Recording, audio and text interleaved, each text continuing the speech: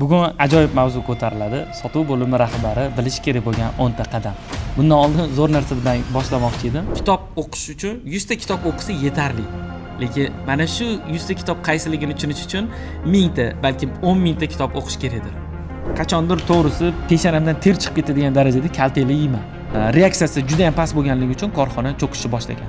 Asosiy poydevor bu. Rahmat Xo'jayin. Zo'r KPI qo'yibsiz. Bosamiz endi. Sizni ko'rganda jamoa ishlagingiz kelib ketishi kerak. Mana sizni ko'rganda qochishi yoki bilmadim, yana keladi, yana nimaga bu muammo? Nimaga spinni ishlata olmayapti? Nimaga sotuv qila olmayapti? Bunaqa ketishda nima bo'ladi? Qanaqa jarayonga uchrashi mumkin? Konkretniy nima bo'ldi? Xo'p, mayli, qarshi ishlating 1gacha, 2gacha. Nima o'zgardi? Bugun ajoyib mavzu ko'tariladi. Sotuv bo'limi rahbari bilish kerak bo'lgan 10 ta qadam. Bundan oldin zo'r narsa bilan boshlamoqchi edim. O'zi kitob o'qish uchun 100 ta kitob o'qisa yetarli. Lekin mana shu 100 ta kitob qaysiligini tushunish uchun 1000 ta, balkim 10 ming ta kitob o'qish kerakdir. Buni nimaga bir-biriga bog'layapman? Chunki siz mana shu 10 ta ishni hammasini bilish kerakmi yoki 5 ta ishni hammasini bilish kerakmi? 4 tasi o'zi ro'pa asosiy ishi savdo. Bo'ldi, bitta ish o'zi. Lekin mana shu bitta ish boyagi 100 ta kitobga o'xshaydi. Mana shu bitta ishni aniq diagnoz qo'yish uchun, aniq tushuncha bo'lish uchun yuqoridagi hamma narsalarni bilishi va tushunishi kerak. O'sha orqali u bitta nuqtani topa oladi. O'shaning uchun bugun biz qanday qilib ro'p 10 ta narsani bilish kerak, shu haqida gaplashamiz. Prezentatsiyamiz boshlanadi. Birinchisi, odamlarni boshqara olish qobiliyati. Ya'ni albatta liderlik qobiliyati juda ham muhim bo'ladi. Siz odamlarni boshqarish deganida faqatgina uni so'kish, urishish yoki qo'rqitish orqali bo'shatib yuboraman deb aytganingizni qildirish emas, umumiy jamoani bitta nuqtaga fokusga yig'a olish. Kimdir nimadir haqida o'ylab yurishi, kimdir ishga kelganida boshqa narsani o'ylab yurishi emas, hammasini bitta joyga yig'a olishingiz. Bu odamlarni o'zingizga jalb qilishingiz, jalb qilganingizdan keyin boshqarish qobiliyati deyiladi. Ya'ni tushunish, motivatsiya berish, boshqara olish, regular darajada tez-tez uchrashib, feedbacklar berib turish. Bu haqida gaplashganmiz, 3 tagina feedback bor. Ya'ni ota-onasidek yaxshi ko'rish, ota-onasidek unga feedback berish, ya'ni mamta xato qilding deb. Uchinchisi, ishdan tashqari holatda o'zingizga to'g'ridan-to'g'ri bo'ysunib turgan sotuvchi bo'lsin yoki xodimingiz bo'lsin, o'shan bilan gaplashib turish. Albatta, ishdan tashqari narsalarni va ishdan tashqari joyda gaplashishingiz kerak. Chunki bu ikkita muhit sizni yanada ham yaqinlashtirishga imkoniyat beradi. Aks holda sizga xalal beradi. Demak, birinchisi shu, odamlarni boshqara olish. Bu juda ham tabiiy va kerakli narsaligini hamma tushunadi deb o'ylayman. Ikkinchisi, kommunikatsion ko'nikmalar. Ya'ni siz har doim bu ko'nikma juda ham muhim. Chunki siz nimadir o'yladingiz, bitta odamga yetkazdingiz, lekin odamlar bilan mana bir xil bor, yaxshi lider sifatida shakllanganman deb o'ylaydi, lekin eng katta muammolardan bittasi yanada ham keyingi bosqichga chiqishda bunda kommunikatsiya yo'q. Unga feedback berish yoki bo'lmasa u bilan gaplashganingizdagi umumiy jarayondagi kommunikatsiya, ya'ni oldi berdilar, informatsiya oldi berdilari har doim mukammal tarzda bo'lish kerak. Siz korxonada bo'lsangiz ham, siz korxonada bo'lmasangiz ham. Bu dashbordlar orqali, bu jarayonlar orqali qilinadi. Bu fikr yaratish, unga ko'rsatmalar berish, qayta fikr berish, har doim siz o'ylagan fikr yoki loyihalarni jamoaga aniq, tiniq qilib yetkazib berish qobiliyatingizga baho beriladi va aynan shu qobiliyat ikkinchisi hisoblanadi. Bu juda ham muhim. Keyingisi texnik ko'nikmalar asosiy poydevor bu. Ya'ni texnik ko'nikmalar nima? Masalan, CRM siz to'g'ri dunyodagi eng zo'r CRMchi sifatida bilishingiz shart emas, lekin CRM qobiliyatlarini bilishingiz kerak. Shunda siz sotuvchilaringizga zadacha qo'ya olasiz. Shunda siz CRM'ingizni boshqarayotgan odamlarga mana funksiya nimaga ishlamayapti deb ayta olasiz.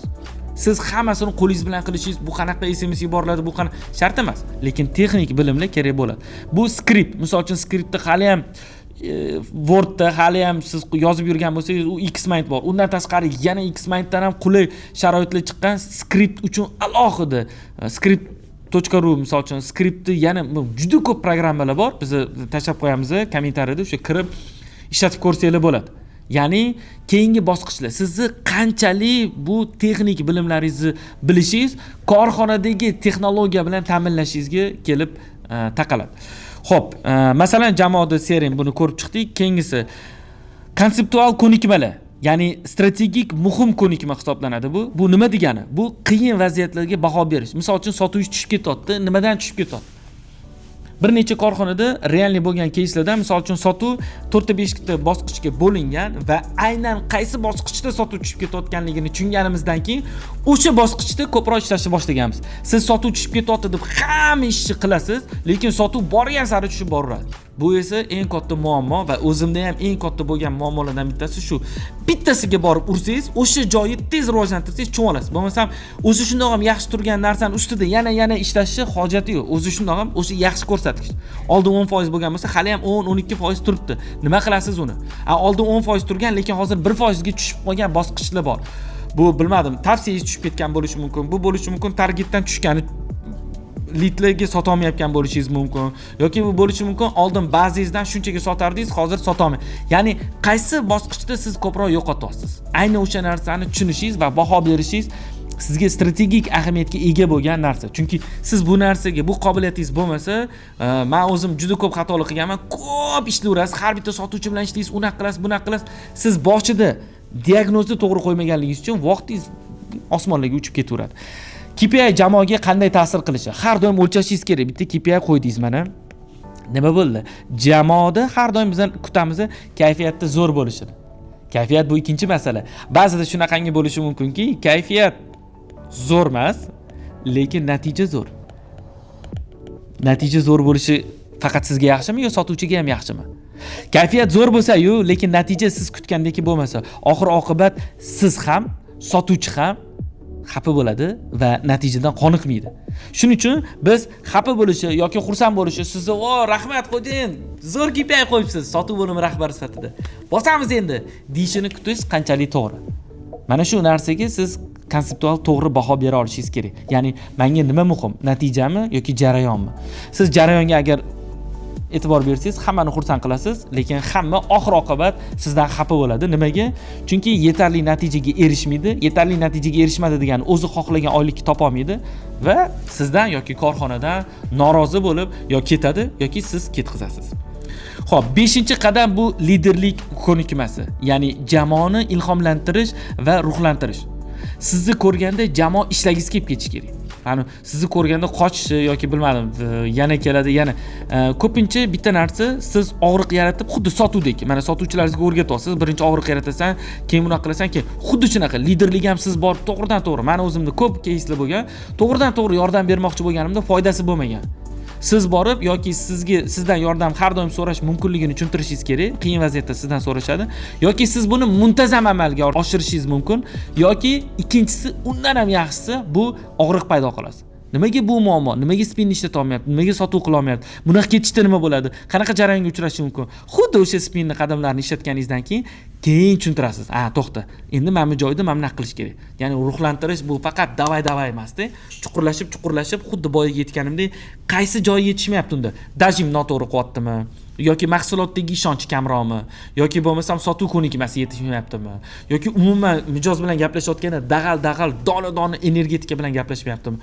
To'g'ri diagnoz qo'yib olishimiz kerak. Uning uchun siz audiolarni eshitib kelishingiz mumkin. Ya'ni siz lider sifatida olish emas, berishni ko'proq o'ylashingiz kerak. Liderning asosiy kuchlaridan bittasi bu berish. Ya'ni u xodimiga shunaqangi narsa beradiki, u xodimi shu orqali keyingi bosqichga o'tadi. Tushuntira oldimmi? Ya'ni asosiy narsamiz shu. Yaxshi lider jamoani ishonch va o'sish ko'nikmasini paydo qiladi. Lider shaxsiy munosabatlarni yaxshi o'rnata oladi. Ya'ni liderga har doim xodimlari ichki hissiyotlari, ichki muammolarini qo'rqmasdan bemalol ayta olishadi. Hattoki bu uyatli bo'lsa ham. Chunki u lideriga ishonadi. Yangi bosqichga olib chiqishiga yoki o'sha muammosiga yechim berishiga yoki kim yechim berishini yo'naltirishiga aniq ishonadi. Shuning uchun qanchalik yaqin bo'lsangiz, shunchalik uni muammolari haqida ko'proq bilib borasiz. Aytishingiz mumkin, "Voy, menga hammasi muammoni aytadi." Unaqa bo'lmaydi. Korxonada to'g'ri xodimlarni olgan bo'lsangiz, u sizga har gal prosta muammosini aytish uchun muammoni aytmaydi. Realniy hal qila olmayotgan muammolarni olib keladi va siz bitta-ikkita maslahatingiz bilan, chunki siz o'tib bo'lgansiz u qadamlarni, oddiygina 2-3 ta yechim bilan uni o'sha vaziyatdan olib chiqib ketasiz. Agar aytmasdan ichida olib yuraversa, nima bo'ladi? Bu vigaraniga olib keladi. Ya'ni kuyishga olib keladi. Bu ishga chiqqisi kelmay qoladi, natijaga ta'sir qiladi, mijozga ta'sir qiladi. Xullas kalom oxiri siz va sotuvchiga bo'lgan munosabatingizga ta'sir qiladi. Keyingisi, 6-si muammoni hal qilish ko'nikmasi, ya'ni problem solving skills deymiz. Ya'ni siz umuman hamma rahbarlar, hamma mas'uliyat o'sha kurukda ko'rganimizda mas'uliyatni qabul qilib keyingi bosqichga chiqayotganda eng asosiy narsa bu muammoni hamma topadi ba'zida, muammoni topgandek bo'ladi, lekin yechimi qani degan savolga javob. Ko'pchilikda ana shu muammoga yechim faqat jarayon bo'lib qoladi. Yo'q, muammo qachon yechiladi? Aniqda bu muammo 100 so'm savdo qilasiz. 300 so'm savdoga chiqmadingizmi? Nima farqi bor? Siz bu muammoni to'g'ri qildingizmi, to'g'ri topdingizmi, to'g'ri yo'q, topmadingiz, yechmadingiz demak 300 so'mga chiqmagunizcha. Ana shu ko'nikmani miyaga agar to'g'ri informatsiya berib, men muammoni yechsamgina, muammoni yechganimdan keyin natija bo'lsagina, o'zimni muammoni yechuvchi rahbar deb qabul qilsam bo'ladi desangiz, ishoning, sizning xodimlaringiz ham shunaqa bo'ladi. Siz o'zingiz, mana o'zimda ham bo'lgan, jarayondan maza qilishni boshlaganimda qarasam, butun jamoa jarayondan maza qilishni boshlagan. Agar siz butun fokusingizni natijaga qaratsangiz, jamoa ham natijaga qaratishni boshlaydi. Bu kechqurun 1gacha ham yoki ertalab 7gacha ham ishlaganiga o'zini o'zi xursand qilib o'tirish kerak emas. Konkretniy nima bo'ldi? Xo'p, mayli, qarasho ishladim 1gacha ham 2gacha. Nima o'zgardi? Agar hech narsa o'zgarmayotgan bo'lsa, nima farqi bor siz nechagacha ishlashingizni yoki nima farqi bor siz yakshanba kun ishlaysizmi, 24 ga 7 ishlaysizmi, bayramda uyga ketmasdan ishlaysizmi? Natija, muhimi natija. Ichki hissiyotda xodimlarda shunaqa bo'lib qoladi. Ba'zida men ishladim-ku, men hattoki o'zimda ham bo'lgan, hattoki mana shu ish uchun oilamdan voz kechdim, jarayondan voz kechdim, tug'ilgan kundan yo'q, to'xta. Xo'p, nima bo'ldi? Natija bo'lmadimi? Uzr. Mana shu narsani siz qabul qilishingiz kerak, o'shanda jamoa ham qabul qiladi. Ro'b sifatida bu o'ta muhim. Keyingisi bu muammoni niqoblangan imkoniyat. Ya'ni biz har doim muammoni ko'rganimizda, voy, panika boshlanadi. Nima qilamiz? Endi mana bunaqa muammo tug'ildi. Endi nima qilamiz? Yo'q. Biz rahbar sifatida, sotuv bo'limi rahbari sifatida ayniqsa, buni chiroyli qilib upakovka qilib yechimga aylantiramiz. Misol uchun, bizning korxonamizda bo'lgan shunaqa muammo, sizni korxonangizda aytadiki, mana bunaqa muammolar bo'lgan ekan, eshitib qoldim. Narsa sotardik, mahsulot, muammo, qarang, tasavvur qiling, mijozga aytdi, "Qara, dotni sen mana bu uстановка qilgan ekansan, tushib ketgan ekan, bunaqa bo'lgan ekan, mana bunaqa bo'lgan ekan, mana bu sifatsiz bo'lgan ekan. Endi men bu bilan ishlamoqchiman", dot. Okay? Bu odamdachi muammo bo'lmaganmi? Yo'q, bo'lmagan, dotni. Men aytaman, sotuvchimga, "Qara, doma. Zo'r mana shu narsani upakovka qilib bizni yechimga aylantirsak bo'ladi". Men aytamiz, "Okay, to'g'ri, shunaqa xatolar qilganmiz. Nima deb o'ylaysiz? Aynan o'sha xatoni siz hozir gaplashayotgan konkurentimiz endi boshlagan bo'lsa, qilishi mumkinmi? Aynan bizning oldingi bo'lgan mijozlarimiz kabi siz ham u uchun shunaqa mijoz bo'lishingiz mumkinmi?" Ya'ni biz bundoq qarasangiz, bizni opit olganmiz, biz mas'uliyat olganmiz. O'shani har bittasida xatomizda biz pul to'laganmiz, qayerdadir minusga ishlaganmiz. Bularni hammasini mijozga tushuntirganimizdan keyin muammo nimaga o'tdi? Yechimga o'tdi. Va bu orqali biz sotuvni amalga oshirgandik. Ayni o'sha переговор esimda bor. Ya'ni biz, men o'shanda ko'rgandim, sotuvchi voy panika qildi. Ko'rdinglarmi, biz mana xato qilganmiz, unaqa qilganmiz. Yo'q.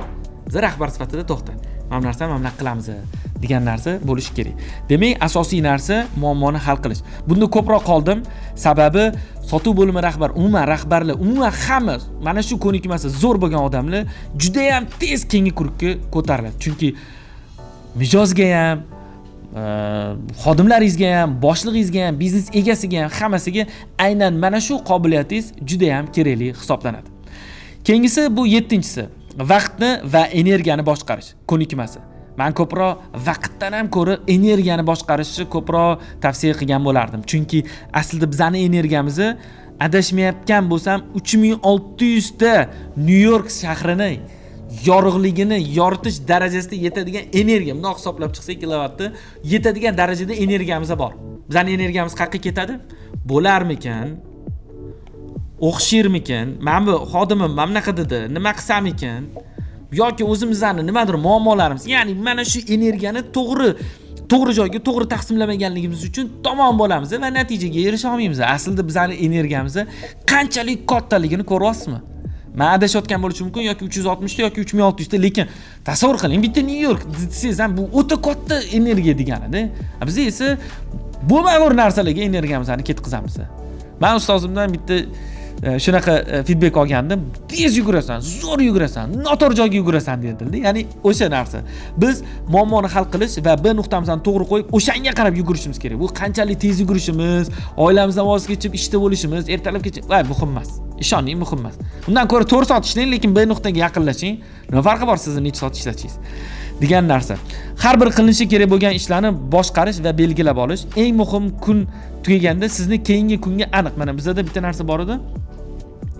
Bugungi kunni rejasi qachon boshlanadi? Do'konda, biz distributsiyada ishlaganmiz edi.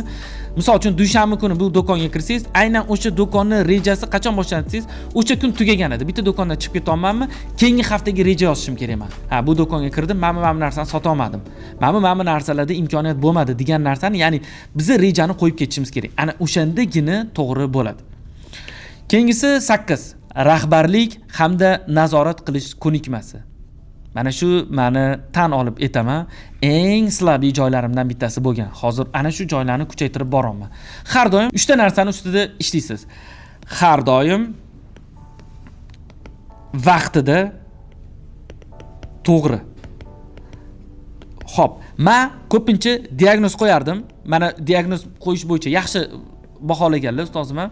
Keyingi qadam bu diagnozni dashbordlashtirardim. Eng muhimi menga yetishmayotgan narsa bu mana shu 3 ta qadam. Har doim vaqtida to'g'ri qilish. Ya'ni muntazam mana shu narsani qilib borish. U 2 kun dashbordni tekshirdingiz, 3 kun natijaga qaradingiz, yo'q, bu ishlamaydi. Ana shu narsa juda ham muhim. Masalan, menimda yozilgan mana doktorlar 5 minutkasi. Siz mana shu narsani har doim qilib turishingiz kerak.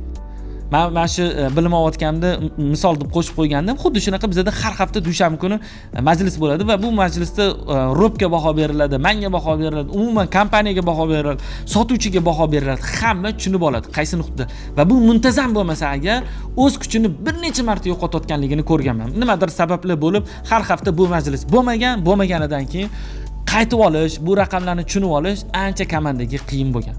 Shuning uchun siz 10 marta qildingizmi, 11-marta qilmadingizmi, bo'ldi, ishlamaydi. Vaholanki biz 2 yil, 3 yil davomida har doim dushanba kuni o'sha majlis bo'lgan. 2-3 marta shu majlis bo'lmadimi, hamma unutgan, hammani fokusi boshqa joyga qarab ketganligini biz guvohi bo'lganmiz. Shuning uchun juda ham muhim. Hamma kelishgan ishlarni va maqsadga erishilgan narsalarni qilinayotganligi yoki qilinmayotganligini tekshirish. Har doim mana zadacha berdingizmi? Ko'p zadacha berib tashamang-da. Agar tekshira olmayapsizmi, 3 ta bermang, bitta bering. Lekin siz aniq tekshirib olishingiz kerak va butun korxonada tushunish kerak, bu rahbar baribir so'rab oladi degan narsa bo'lish kerak. Bo'lmasam baribir buni ham aytadi, ketadi degan narsa bo'lib qoladi. Har doim yengil qilib ketaverib, eski bergan narsangiz nima bo'lganligini so'ramasangiz, ishoning korxonangizda siz zadachangizni hech kim qilmay qo'yadi. Bu narsaga men uchraganman va yaxshigina bundan oldingi ustozlarimdan case bo'lgan.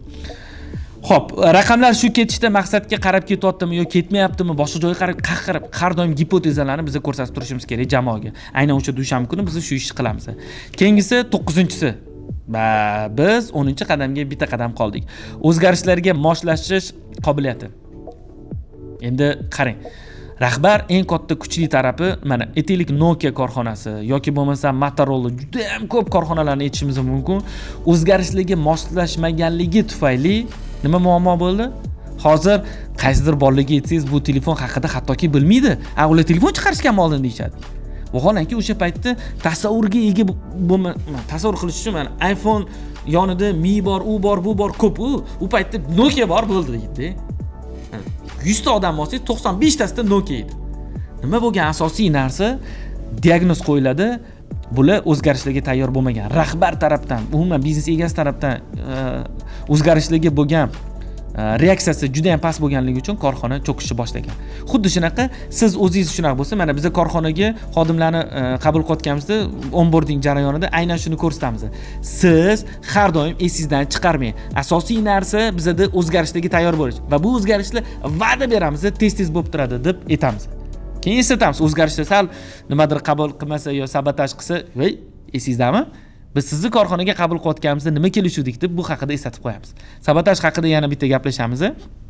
Ya'ni bu o'zgarish degani faqat zamonaviy narsa emas yoki faqat mana ko'ryapmiz, hamma narsa rejadagi ketmayapti. Hamma narsa planka. Tez o'zgarish qilishimiz kerak. Tez jarayonlarni ko'rishimiz kerak. Eng opasniy joyi katta korxonalarda juda ham tez o'zgarish qilsangiz, bu katta proval bo'lib qolishi mumkin. Shuning uchun siz oldindan his qilsangiz, o'zgarishni sekin moslashtirib, olib kelib, o'sha narsani o'zgartirasiz va korxona bu ishlab turgan korxonani aslida o'zgarish qilish nima degani? Ketayotgan samolyotni remont qilish bilan teng. Bitta noto'g'ri harakat bo'ldi. yo'qotasiz. Bor narsani ham yo'qotib qo'yasiz. O'shaning uchun bu ko'nikma juda ham muhim. O'zgarishlarni boshqarish ko'nikmasi bo'yicha juda ham ko'p kitoblar, juda ham ko'p podkastlar bor. Biza buni Milliard klubi bilan safarga chiqqanimizda alohida bitta kun o'zgarishlarni boshqarish haqida gaplashamiz va tadbirkorlarni eng yaxshi ko'rgan kuni aynan o'sha kun. Biz ham harakat qilyapmiz. To'prob darsida o'sha ro'pligi taalluqli jarayonida o'zgarishlarni qanaqa boshqarish kerak degan narsani qo'shib ketyapmiz. Ro'p kursida o'qiganlar bu haqida bilishadi. Keyingisi fikrlarni bitta joyga yig'amiz. Juda ham kam qoldi. 10-si qaror qabul qilish. To'g'ri qaror qabul qilish qobiliyati. Eng muhimi, mana tasavvur qiling, sizda har doim qarorlar imkoniyati turadi. Bir necha qaror turadi. 1, 2, 3, 4 hammasini gipoteza qilish orqali tezroq qaror qabul qilishingiz va bu har safar natija berishini mijozlaringiz yoki sotuvchilaringiz ko'rish orqali sizning avtoritetingiz, sizni ularni oldidagi bular har doim ko'pincha to'g'ri qaror qabul qiladi degan narsani ko'rish imkoniyatini beradi. Bir necha noto'g'ri qaror bu korxonani sizga ishonchi va xodimlarning sizga bo'lgan ishonchini tushirib qo'yadi. O'shaning uchun ham men aytaman, robga ko'p narsa kerak emas, bitta narsani bilish kerak, lekin bitta narsani bilish uchun ko'p narsani baribir o'rganish kerak-da. U qanaqadir kulgili tuyulishi mumkin, lekin shunaqa. Mana ko'p tadbirkorlar bor, qayerga qarab iqtisodiyot ketyapti yoki qayerda o'sish nuqta bittada urishadi-da. U nima? Tug'ma talantmi? To'g'ri, tug'ma talant ham bor, lekin u ko'plab xatolar, ko'plab bunaqa narsani, ko'plab gipotezalar orqali bu narsaga kelgan. Shuning uchun u bittada urib qo'yadi, bittada o'sha nuqtani urib qo'yadi. Sotuv bo'limi rahbarlari ham shunaqa, qanchalik ko'p narsani bilsangiz, qanchalik ko'p narsani joy-joyiga qo'ygan, bu bilishi o'zi yetarli emas. Ishlatgan bo'lsangiz, gipotezalar qilgan bo'lsangiz, to'g'ri qaror qabul qilishni boshlaysiz va aynan shu to'g'ri qaror uchun ko'proq sizga raqamlar yordam berish kerak. Bu bilmadim, qaysidir xodimingiz chiroyli gapirsa yoki qaysidir mijozingiz yo'q. Chiroyli gapdan chekkaga olib qo'yaylik, uni kechqurun borib audio qilib eshitaverasiz. Lekin qaror qabul qilayotganda raqam va intuitsiya. Intuitsiya esa ko'proq tajriba. Qachonki sizni tajribangiz ko'p bo'lsa, intuitsiyalaringiz to'g'ri chiqishni boshlaydi. Qachonki tajribalaringiz kam bo'lsa, intuitsiya qilishga men o'ylayman kirishmaganingiz yaxshiroq. Raqam esa hech qachon adashmaydi. Deyarli hech qachon raqam adashmaydi. Raqamga tayaning va raqamga orqali ko'proq chuqurroq.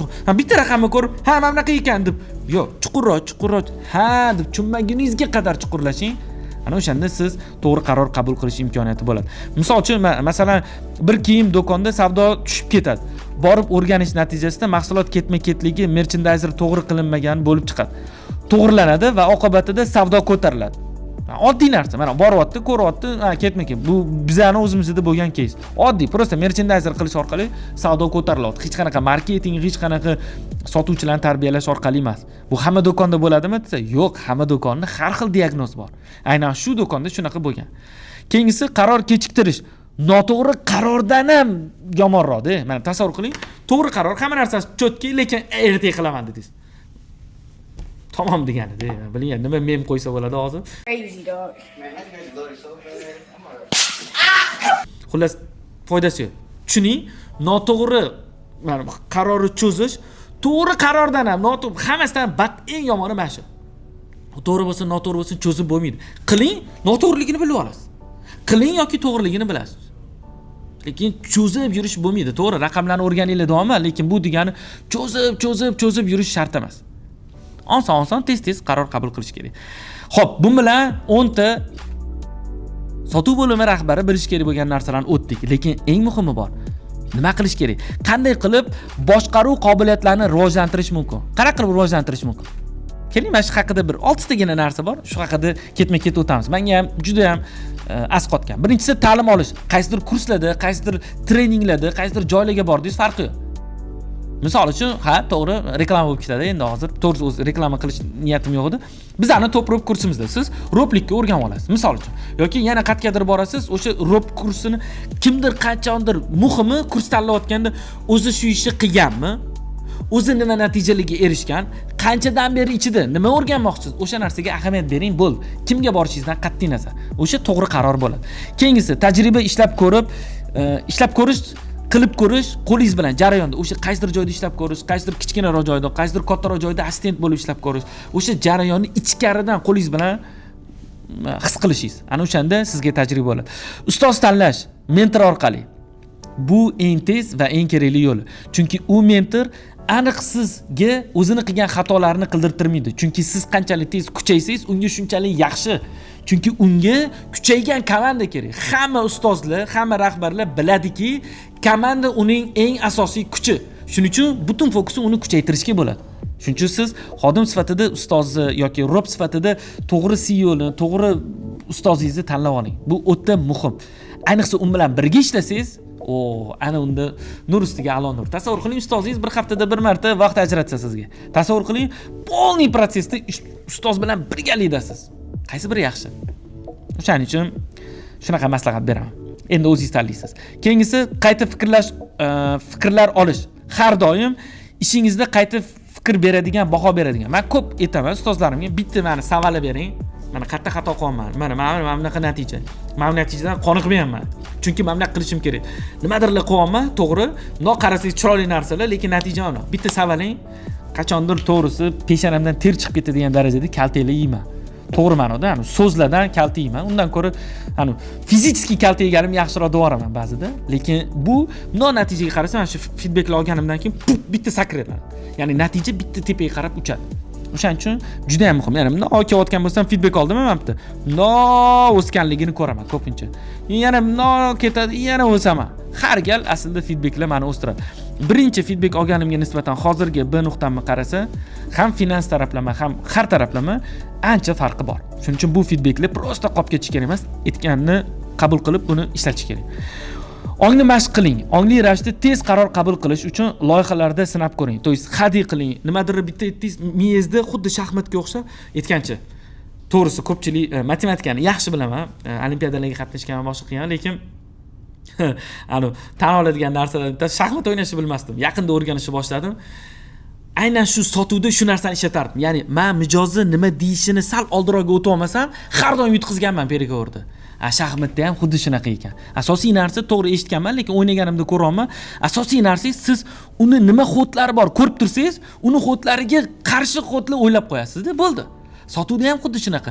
Siz qanchalik uni qadamlari, sotuvchi mijozingiz hozir nima deyotgan, nima o'ylayotganligini his qilsangiz, siz oldiroqda bo'lishingiz kerak. Agar po faktu u savol berdi, siz javob bersangiz, yutqizasiz. Tupikka kirib qolasiz tez. O'shaning uchun oqilada shans ko'proq ekan. Raqamlarni yaxshi ko'raman. Qoralar 20% dan 30% gacha yutar ekan, adashmayotgan bo'lsam, oqlar 30% dan 40% gacha yutish imkoniyati balandroq ekan. Ya'ni oq nimaga yutadi? Chunki birinchi qadamni u tashlaydi. Birinchi qadamni tashlash har doim tezroq. O'shaning uchun ongli ravishda tezroq qaror qabul qilishni o'rganing. Keyingisi kitob o'qish, podkastlar ko'rish, tendensiyalarni, trendlarni kim nima qilyapti, qanaqa qilyapti, eshitib har gal shablonlar olish, men bunaqa narsa qilishim kerak ekan, men bunaqa narsa qilmasligim kerak ekan deb o'rganib borish. Mana shu 6-ko'nikma. Mana shu sizga keyingi bosqichga o'tishga va umuman o'zingizni yanada ham bilimlaringizni mukammal qilishga yordam beradi. Aslida bu haqida alohida video ham qilaman kelajakda, chunki juda muhim joy. Har bittasini ochib beraman. Xo'p, keyingisi bu oxirgi 3 ta narsa haqida, ya'ni real hayotda buyuk menejerlarning muvaffaqiyati. CEO, Google CEOsi Sundar Pichai haqida gaplashamiz. Innovatsiya va hamkorlik qila olgan. Ya'ni haqiqiy innovatsiyani yarata olgan. Bu lider sifatida korxonaga kelyapti va qilayotgan ishlar. Lider bilan nima farqi bor desa, lider hech kim bu paytgacha qilmagan ishlarni qiladi. Keyingisi bu kim? PepsiCo'ni CEOsi. Bu nima qilyapti? Vizionerlik qarashlari va jamoa bilan umumiy tilga kirisha olishi ancha yordam bergan. Elon Musk esa bu o'sha biza bilgan CEO SpaceX kompaniyasida hamma qo'ygan chegarani buzib, yangicha chegarada fikrlab, o'sha qadamlarni yangi jarayonga o'tkazib bergan. O'shaning uchun esdan chiqarmaymiz, buyuk rahbarlar tug'ilmaydi, balkim paydo bo'ladi. O'shaning uchun bundan oldingi ko'nikmalarni qiling va buyuk rahbarlikka harakat qiling. Aynan shuni ustida o'zim ham ishlayotganligim uchun va umuman rahbar sifatida buyuk inson bo'lish uchun ko'proq harakat qilaman va buni qilayotgan harakatlarim bilan hozir sizlar bilan birgalikda bo'lishdim. Esdan chiqarmaymiz, sotuv bu san'at. Kommentariyada o'z fikringizni qoldiring. Sotuv bo'limi rahbari, umuman rahbarlar yana nimalarni bilish kerak? Keyingi videoda ko'rishguncha.